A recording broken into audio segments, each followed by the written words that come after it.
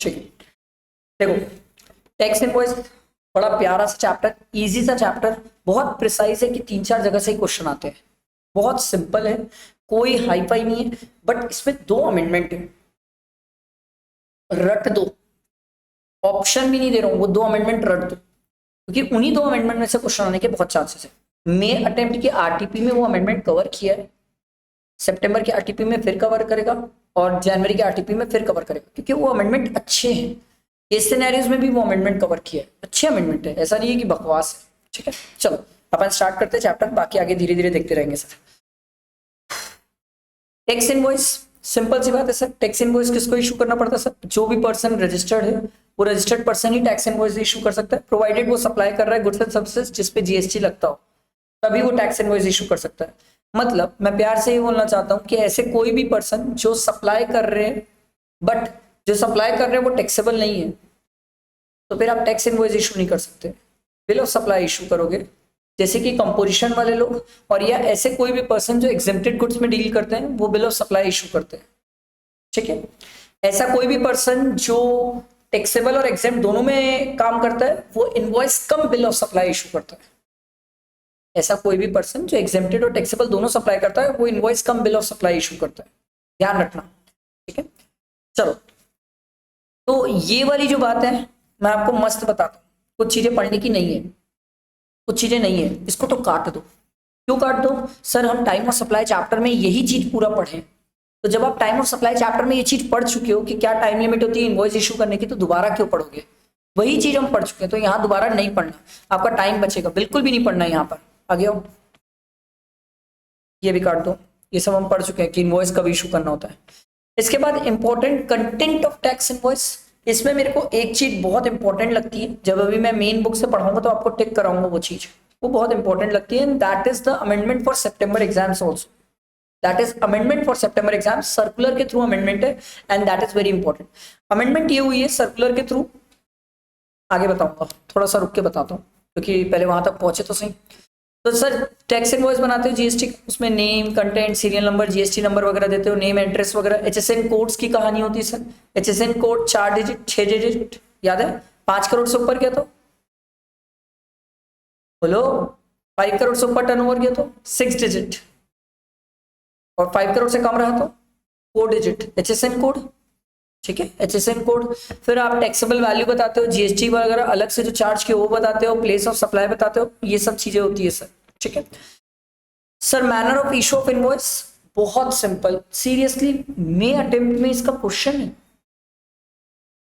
मे attempt में इसका question है कि अगर कोई पर्सन सप्लाई कर रहा है गुड्स तो सर ट्रिप्लीकेट इनवॉइस इशू होता है, सर्विसेज के केस में डुप्लीकेट इनवॉइस होता है इशू, ये बहुत सिंपल है सर। ठीक है, ओरिजिनल कॉपी रिसिपिएंट रखता है, डुप्लीकेट कॉपी अपन ट्रांसपोर्टर को देते हैं, ट्रिप्लीकेट कॉपी सप्लायर रखता है सर, और सर्विसेज के केस में तो 2 ही होते हैं सर, ओरिजिनल और डुप्लीकेट। ओरिजिनल रखेगा रिसिपिएंट, डुप्लीकेट रखेगा सप्लायर, क्योंकि सर्विसेज में ट्रांसपोर्टर बीच में नहीं आता है सर।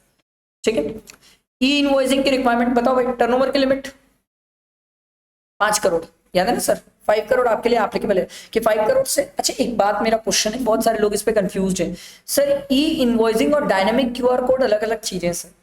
डायनेमिक क्यूआर कोड के लिए गवर्नमेंट ने सिंपल ये बोला कि कोई भी ऐसा पर्सन जिसका 17-18 से लेके अभी तक का टर्नओवर अगर 500 करोड़ से ऊपर हुआ तो उस पर्सन को डायनेमिक क्यूआर कोड मेंशन करना पड़ेगा अपने इनवॉइस में, पर ई इनवॉइसिंग के लिए 5 करोड़ की लिमिट है, दोनों अलग अलग चीजें हैं, लोग कंफ्यूज्ड है, ई इनवॉइसिंग अलग चीज है, डायनेमिक क्यूआर कोड अलग चीज है सर। ई इनवॉइसिंग में रखते हैं dynamic QR code, but compulsory नहीं है, ऑप्शनल है। ई इनवॉइसिंग 5 करोड़ के ऊपर गया आपको ई इनवॉइसिंग की कंपलसरी रिक्वायरमेंट आ जाएगी सर, और मैं बता रहा हूँ इसी में अमेंडमेंट है, और वो घोट के पी जाना, मैं आपको बताऊंगा क्या अमेंडमेंट है। बाकी ये तो पता है ना सर, 5 करोड़ से ऊपर गया तो ई इनवॉइसिंग की रिक्वायरमेंट है सर। ठीक है, और आपका टर्नओवर 17-18 से देखेंगे सर ये लोग। ठीक, ई इनवॉइसिंग की कहानी, फॉर्म जीएसटी INV 01 ये हम फॉर्म यूज करते हैं sir, applicable for all business across the country, containing mandatory specified field होती है, इनवॉइस रेफरेंस नंबर होता है, कोई भी ऐसा इनवॉइस जिसमें इनवॉइस रेफरेंस नंबर नहीं है उसे वैलिड ई इनवॉइस नहीं माना जाता, और वैलिड ई इनवॉइस नहीं है मतलब ये माना जाता है कि आपने ई इनवॉइस इशू ही नहीं किया। मैं क्यों बताया? क्योंकि हम जीएसटी में पेनल्टी चैप्टर भी पढ़ते हैं, और ई इनवॉइस नहीं इशू करने पे पेनल्टी भी है। तो इसीलिए ध्यान रखना कि अगर किसी का आईआरएन नंबर प्रॉपर नहीं है, केस सिनेरियो में एक क्वेश्चन है जहां पर वो बंदे ने ई इनवॉइस इशू किया बट उसमें आईआरएन नंबर मेंशन नहीं किया sir, invoice reference number mention नहीं है, तो उस केस में वैलिड ई इनवॉइस नहीं है। वैलिड ई इनवॉइस नहीं है तो सामने वाला क्रेडिट नहीं ले सकता, वो इनवॉइस वैलिड माना ही नहीं जाएगा, तो उस केस में सर आपके ऊपर पेनल्टी की कहानी आ जाती है सर। बात आई समझ? ठीक है सर, ये इनवॉइस रजिस्ट्रेशन पोर्टल होता है, इनवॉइस रेफरेंस नंबर वहीं से जनरेट होता है, यूनिक होता है, हर इनवॉइस का अलग नंबर होता है सर। और ये ई इनवॉइसिंग का फायदा सबसे बढ़िया क्या हुआ सर, ई इनवॉइसिंग आने से जीएसटी रिटर्न बहुत आसान हो गया सर, बहुत ही आसान हो गया। जीएसटीआर 1 फाइल करना तो पड़ता ही नहीं है सर, क्योंकि ई इनवॉइस के थ्रू जीएसटीआर 1 अपने आप फाइल हो जाता है, कोई दिक्कत ही नहीं आती, ऑटो पॉपुलेट हो जाता है सर। ठीक है, एरर्स वगैरह के चांसेस कम है, अर्ली पेमेंट्स होते हैं, कॉस्ट रिडक्शन होते हैं, बेनिफिट मिलता है बिजनेस में, टैक्स इविजन नहीं हो सकता सर, फेक इनवॉइसेस की कहानी अलग हो ही नहीं सकती, क्योंकि ई इनवॉइस सिस्टम जनरेटेड होता है और नंबर भी जो जनरेट होते हैं वो सिस्टम से जनरेट होता है। ठीक है, situation in which e invoices are applicable, B2B में तो कंपलसरी है, B2B में तो ई इनवॉइसेस कंपलसरी है सर। ठीक है, एक्सपोर्ट के केस में, B2C में नॉट एप्लीकेबल है सर ई इनवॉइस, क्योंकि सामने वाला क्रेडिट नहीं लेता है सर, तो चॉइस है आपकी। ठीक है, invoice issued by the input service distributor, इस केस में भी ई इनवॉइस कंपलसरी नहीं है। ठीक, अगर कोई पर्सन है जो नोटिफाइड है, जो टैक्स पेबल करता है रिवर्स चार्ज में अंडर सेक्शन 9(3), तो उसके ऊपर ई इनवॉइसिंग की रिक्वायरमेंट है। ठीक है, where specified category of services are receive by notified person from unregistered person attracting reverse charge under 9(4) और थ्रू इंपोर्ट ऑफ सर्विस, इनमें ई इनवॉइसिंग की रिक्वायरमेंट नहीं करते। इंपोर्ट ऑफ बिल में ई इनवॉइसिंग की रिक्वायरमेंट नहीं करते। इसमें सबसे इंपॉर्टेंट जो मेरे हिसाब से खोट के पी जाओ, मतलब मैं ऑप्शन भी नहीं दे रहा हूं, ये अति में इंपॉर्टेंट है, अति में इंपॉर्टेंट है कि किन किन लोगों को हमने ई इनवॉइस की रिक्वायरमेंट से एग्जेम्प्ट किया, ये आपको याद रखना होगा। ऑप्शन ही नहीं है, बहुत इंपॉर्टेंट, ऑप्शन ही नहीं है, बहुत बहुत इंपॉर्टेंट है सर। ठीक है, कुछ लोग हैं जिनको हमने एग्जेम्प्ट किया ई इनवॉइसेस से, एक है SEZ वालों को बाहर किया, insurer, banking company, financial institution including NBFC, GTA वाले इंपॉर्टेंट है।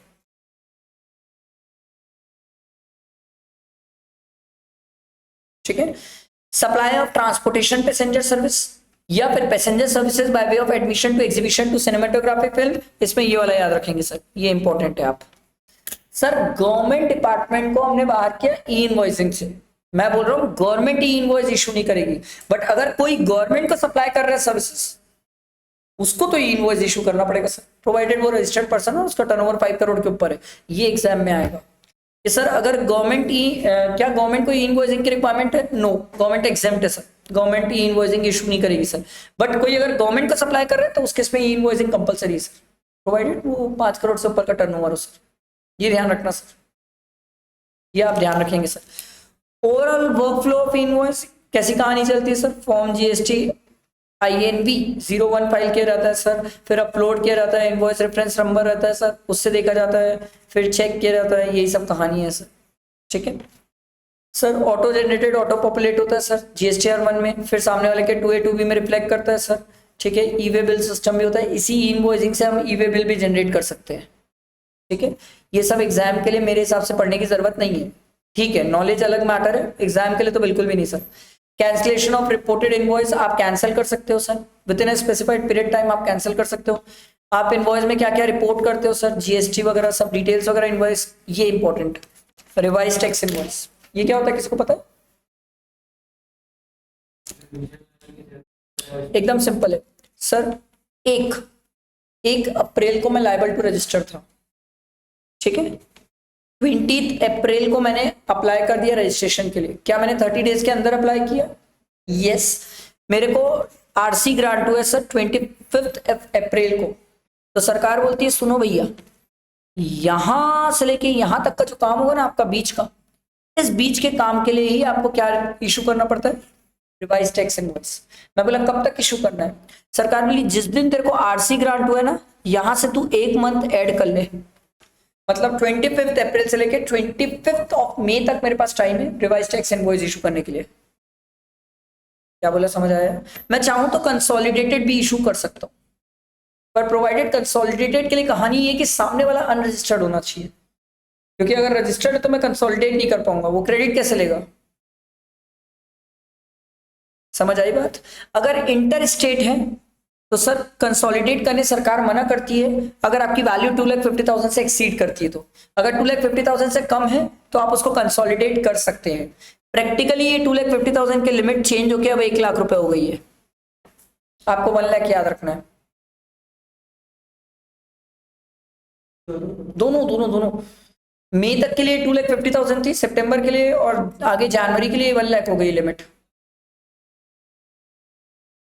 कंसोलिडेटेड टैक्स इनवॉइस की कहानी ये है सर कि सरकार ने बोला भाई कोई अगर पर्सन चाहे तो कंसोलिडेटेड टैक्स इनवॉइस भी इशू कर सकता है, प्रोवाइडेड वैल्यू 200 से ज्यादा एक्सीड नहीं करनी चाहिए। एक क्वेश्चन है बहुत फेमस है और आपके भी केस सिनेरियो में वो क्वेश्चन है कि एक पर्सन है जिसने सप्लाई किया सर्विसेज और वैल्यू ऑफ सर्विसेज कितनी होनी चाहिए कि वो कंसोलिडेट कर पाए। आपको ऑप्शन दिया हुआ है 600, 400, 150, 200। बताओ आंसर क्या होगा? मैं बोल रहा हूं मैं कंसोलिडेटेड टैक्स इनवॉइस इशू करना चाहता हूं सर। मेरा क्वेश्चन सिंपल है सर, मेरे को कंसोलिडेट करना है तो इन्होंने बोला सर किस वैल्यू में रहेगा तो हम कंसोलिडेट कर सकते हैं। आपको 4 ऑप्शन है, आप लोग केस सिनेरियो सॉल्व करोगे तो देखोगे 600, 400, 200, 150। गलत, 150 लेस देन 200 होना चाहिए तो 150 होना सर। बेहतरीन क्वेश्चन है, छोटा सा गलती होने की बहुत स्कोप है, बहुत स्कोप है। बहुत सारे स्टूडेंट 200 करके आएंगे क्योंकि फिगर एग्जैक्ट दिखता है ना 200, तो मैच खाता तो एग्जाम में गलती कर जाते हैं। 150 रिसिपिएंट अनरजिस्टर्ड है, रिसिपिएंट बोलता है मुझे कोई इनवॉइस वगैरह क्रेडिट वगैरह की जरूरत नहीं, तो हम कंसोलिडेट कर सकते हैं। अगर वो क्रेडिट लेने बैठा है सर तो फिर आप कंसोलिडेट कर ही नहीं पाओगे। कैसे करोगे सर? वो क्रेडिट ही नहीं ले पाएगा अगर आप कंसोलिडेट कर दिए तो। समझ आई बात? क्लियर हुआ? अगला सर बिल ऑफ सप्लाई मैंने बताया सर 2 लोगों के लिए, ऐसा कोई भी पर्सन जो कंपोजिशन में काम कर रहा है उसको और ऐसा कोई भी पर्सन जो एग्जेम्प्टेड सप्लाई कर रहा है, ये दोनों लोग बिल ऑफ सप्लाई इशू करते हैं सर। ऐसा कोई पर्सन याद रखना है, ऐसा कोई पर्सन जो इनवॉइस कम ये एग्जेम्प्टेड और टैक्सेबल दोनों सप्लाई कर रहा है उसके लिए सरकार ने बोला invoice come bill of supply, invoice come bill of supply. ध्यान रखेंगे सर, जो दोनों काम कर रहा है वो invoice come bill of supply, जो एग्जेम्प्टेड काम करता है वो बिल ऑफ सप्लाई, जो टैक्सेबल काम करता है वो टैक्स इनवॉइस इशू करेगा। क्लियर? चेक। रिसिप्ट वाउचर क्या होता है सर? ये तो बहुत सिंपल है यार, कोई आपको एडवांस दिया गुड्स या सर्विसेज के लिए तो आप उसको रिसिप्ट वाउचर इशू करते हो, ठीक है, very simple sir. Refund voucher क्या होगा? सर मैंने किसी को गुड्स और सर्विसेज सप्लाई करने की बात करी थी, कोई रीजन से नहीं हो पाया हमारे बीच में ट्रांजेक्शन, तो वो आदमी मेरे को एडवांस देके रखा होगा तो मैं अब उसको पैसा वापस करूंगा तो रिफंड वाउचर है सर। ये इजी है सर, ठीक। पेमेंट वाउचर क्या होता है सर? अगर मैं कभी रिवर्स चार्ज में कोई लायबिलिटी पे करता हूं, मैं रिसिपिएंट अगर रिवर्स चार्ज में लायबिलिटी पे करता है तो वो क्या इशू करता है? पेमेंट वाउचर, क्योंकि मैंने पे किया ना, सप्लायर थोड़ी पे करता है, मैं पे कर रहा हूं जीएसटी, तो पेमेंट वाउचर की कहानी है। Where recipient is registered receive the supply taxable on reverse charge basis, चाहे 93 की हो चाहे 94 की हो। सरकार बोली सप्लायर हो सकता है रजिस्टर्ड हो चाहे सप्लायर अनरजिस्टर्ड, कोई फर्क नहीं पड़ता। सरकार बोली सर पेमेंट वाउचर तो कौन इशू करेगा? रिसिपिएंट ही पेमेंट वाउचर इशू करेगा। आया समझ? क्लियर हुई कहानी? आगे बढ़ते हैं सर। ये इनवॉइस है, यही मेन है, यही मेन है भाई, यही मेन है, इंपॉर्टेंट मार्क कर लो। इसी में तो अमेंडमेंट है, अमेंडमेंट यही है। मैं अभी आपको अमेंडमेंट दिखाऊंगा सर कि सर होता ये था, मैं अभी आपको अमेंडमेंट दिखाऊंगा ना तब वहां पर इलैबोरेट करूंगा, अभी इलैबोरेट नहीं कर रहा, अमेंडमेंट दिखाऊंगा तब इलैबोरेट करूंगा कि सर रेसिपिएंट रजिस्टर्ड है, रिवर्स चार्ज में पे करना है, 9394 की कहानी है सर। सर अगर सप्लायर रजिस्टर्ड है, ये इनवॉइस है, मैं पेमेंट वाउचर नहीं बोल रहा हूं, ये इनवॉइस है। अगर सप्लायर रजिस्टर्ड है भले ही सामने वाली सर्विस रिवर्स चार्ज में, बट सप्लायर इनवॉइस इशू करेगा।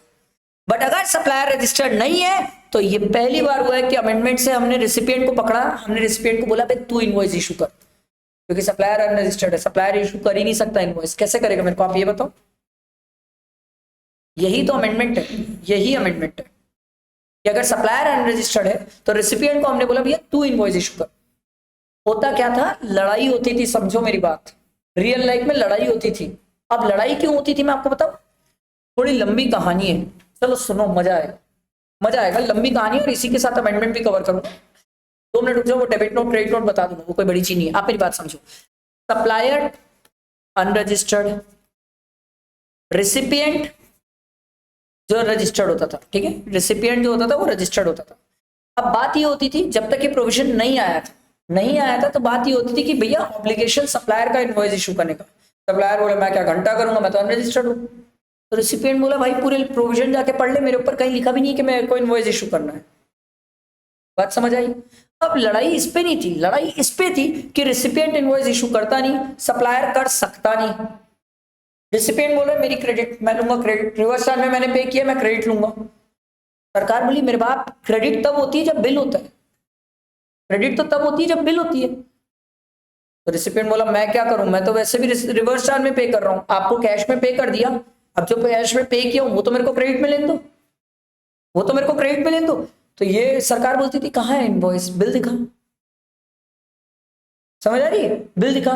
तो सरकार क्या करती थी, उससे रिवर्स चार्ज में कैश में ले तो लेती थी, बट बात जब क्रेडिट देने की आती तो सरकार बोलती थी आप कौन, आप कौन। अब सरकार ने क्या किया, सरकार ने बोला नहीं नहीं नहीं ये तो गड़बड़ हो रहा है सर। जब ये आदमी ने कुछ चोरी चमारी की नहीं, कुछ गलत काम कर नहीं रहा, ये आदमी तो ईमानदारी से बोल रहा है ना भैया मैंने कुछ गलत थोड़ी किया, मैं आप तो जीएसटी पे कर रहा हूँ ना। चोर होता तो जीएसटी भी नहीं पे करता, पे कर रहा हूँ मतलब नियत पे खोट तो नहीं है। अब बात बिल बनाने की थी तो सप्लायर अनरजिस्टर्ड था तो बिल बन नहीं रहा था। सरकार बोली एक काम कर, सप्लायर अनरजिस्टर्ड है ना, रिसिपिएंट भैया तू बैठ, तू ही बिल बना दे। अब लड़ाई फिर हो गई।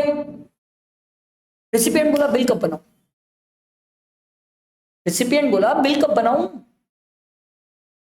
सरकार बोली यार ये तो बड़ा कठिन हो गया, बिल कब बनाएगा करके, क्योंकि आप समझ नहीं रहे हो, आपको ये छोटी बात लग रही है, क्योंकि जब मैं बिल बनाता हूं तो बिल बनाने के बाद ही तो मेरा डिसाइड होता है कि नेक्स्ट ईयर के 30 नवंबर या date of filing of annual return तक मेरे पास टाइम लिमिट है क्रेडिट यूज करने की, क्रेडिट लेने की।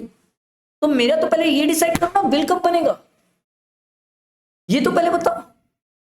सरकार बोली यार ये तो बड़ा दिक्कत है यार, रिसिपिएंट बोल रहे बिल तो बनाना है। अब रिसिपिएंट मां हरामी ठहरे, इन लोग क्या करते थे बिल नहीं बनाते थे जल्दी, क्यों, आराम से बनाएंगे, कैश में पे करके तो बैठ गए हैं ना, हम सब चीज तो कर चुके हैं, सरकार की नजर में छोड़ तो नहीं है।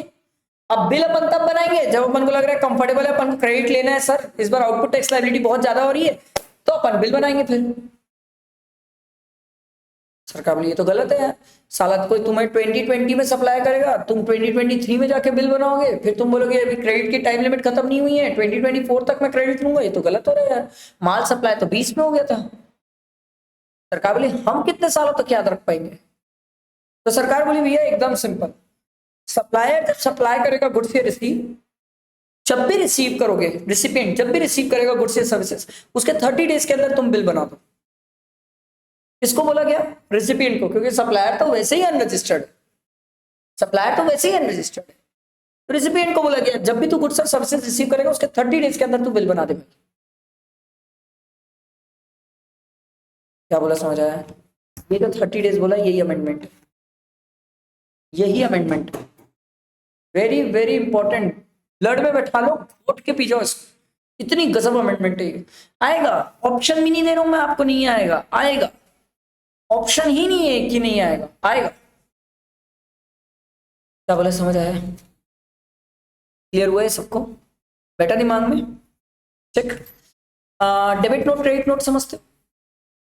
क्रेडिट नोट मतलब देने का बनता है, डेबिट नोट मतलब लेने का बनता है। ये कहानी कब हो सकती है सर, जब एक से ज्यादा, एक या एक से ज्यादा टैक्स इनवॉइस हो, देने का बन रहा है। सर आपने ज्यादा पैसा ले लिया जितना लेना चाहिए था, टैक्स का या वैल्यू का, ये टैक्स और ये वैल्यू, आपने वैल्यू ज्यादा चार्ज कर दी, मतलब आपको सामने वाले से 10 लाख रुपए लेना था, आपने 12 लाख ले लिया, तो 2 लाख रुपए की आप उसे क्रेडिट नोट दे दो। आपको उससे 10,000 रुपए टैक्स लेना था, आपने 12,000 रुपए ले लिया, 2,000 रुपए की क्रेडिट नोट दे दो। सर सामने वाले ने गुड्स रिटर्न कर दिया आपको, आप उसका पैसा वापस करो। सर गुड्स में कोई डिफेक्ट निकल गया, उस डिफेक्ट होने के कारण गुड्स की वैल्यू कम हो गई, जितनी वैल्यू कम हो गई उतने की क्रेडिट नोट इशू कर दो। Clear? Debit note, debit note क्या होता है? एक अच्छा क्वेश्चन है, बहुत प्यारा क्वेश्चन, क्या कंसोलिडेटेड क्रेडिट नोट हो सकते हैं कि नहीं? हाँ, हाँ जी। पर अगर एक पार्टी का एक से ज्यादा क्रेडिट नोट बन रहा होगा तो क्या हम उसको कंसोलिडेट कर सकते हैं? यस। लिखो स्टार कर, लिखो स्टार करके लिखो, कंसोलिडेटेड क्रेडिट नोट भी हो सकते हैं।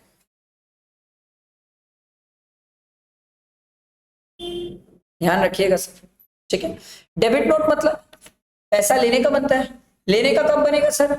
मुझे सामने वाले से 10 लाख रुपए लेना था, मैंने उससे 8 ही लाख रुपए लिया, तो सरकार बोली 2 लाख रुपए और लेने का बनता है, डेबिट नोट इशू कर दे। मान लो मुझे उससे 10,000 रुपए टैक्स लेना चाहिए था, मैंने 8,000 ही टैक्स लिया, सरकार बोली 2,000 रुपए के लिए डेबिट नोट इशू कर दे। एक क्वेश्चन, डेबिट नोट और क्रेडिट नोट इशू करने का टाइम पीरियड क्या है?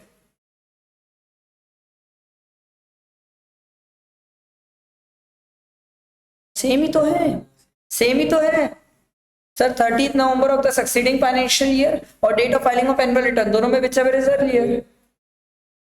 आई बात समझ? बट मेरे को आपको कुछ चीजें और बतानी है, समझानी है, दैट इज डैम इंपॉर्टेंट। और कुछ चीजें मेरे को आपको समझानी है, बहुत इंपॉर्टेंट है। एक, इसको घोट के दिमाग में बैठाओ, इंपॉर्टेंट थ्योरी में आएगा। एकदम ब्लड में बैठा लो। इस बार की सर्कुलर भी है, अभी सितंबर के लिए अलग से सर्कुलर निकाली सरकार, उस अलग से सर्कुलर में भी इस चीज को बकायदा मेंशन करिए कि सर ऑनलाइन गेमिंग के केस में अगर आपकी सर्विसेज की वैल्यू 50,000 से कम भी है तो भी आपको बिल में स्टेट मेंशन करना पड़ेगा, मतलब करना पड़ेगा। एड्रेस नहीं चाहिए हमें, पूरा स्टेट चाहिए उसका। इंपॉर्टेंट, इंपॉर्टेंट थ्योरी क्वेश्चन आएगा। I am not saying practical आएगा, प्रैक्टिकल कैसे आएगा इससे, थ्योरी क्वेश्चन आएगा। एकदम ब्लड में बैठा लो, नेम ऑफ द स्टेट चाहिए मतलब चाहिए, चाहिए मतलब चाहिए, चाहे वैल्यू 50,000 से कम है, चाहे वैल्यू 50,000 से कम है। ये पहली इंपॉर्टेंट चीज जो मेरे को लगता है आपको ध्यान रखनी चाहिए। इसके बाद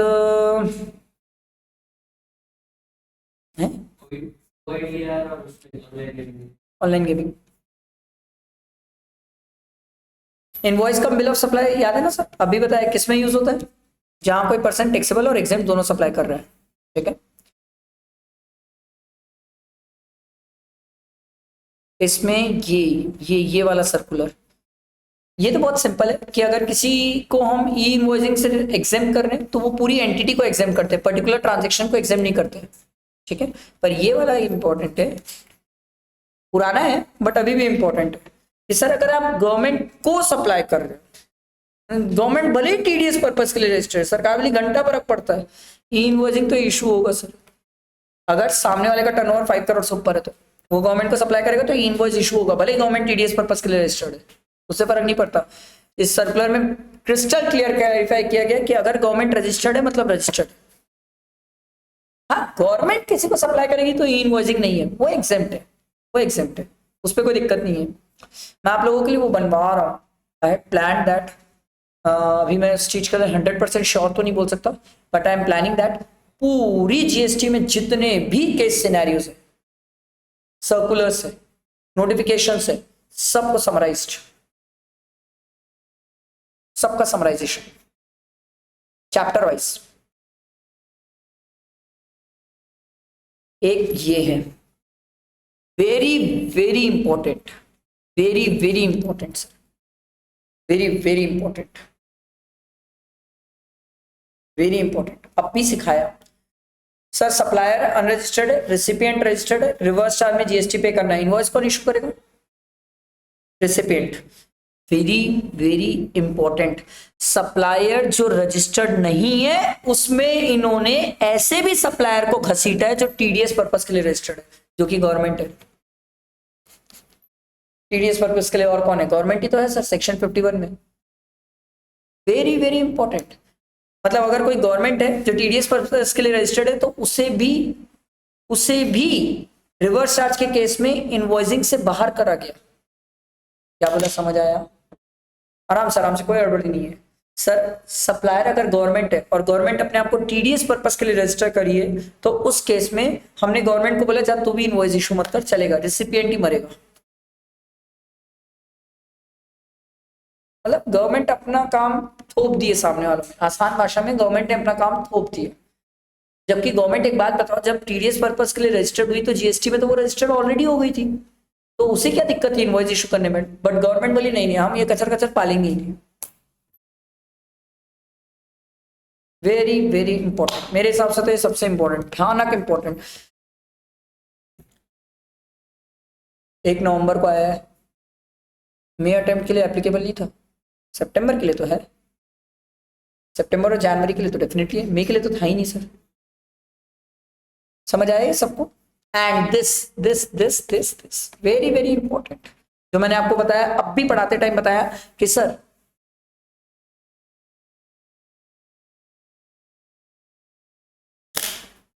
अभी भी बोल रहा हूं, मई अटेम्प्ट के लिए नहीं था, अब भी बताया ना आपको ये। इसको इनवॉइस इशू करना पड़ेगा रेसिपिएंट को, सरकार ने बोला 30 डेज के अंदर कर।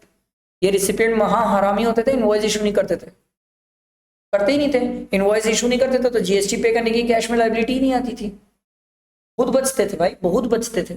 सरकार ने बोला 30 डेज के अंदर कर दे भाई। समझ आई बात? क्या इंपॉर्टेंट, इस चैप्टर का सबसे इंपॉर्टेंट पार्ट है जो आपको याद रखना ही है।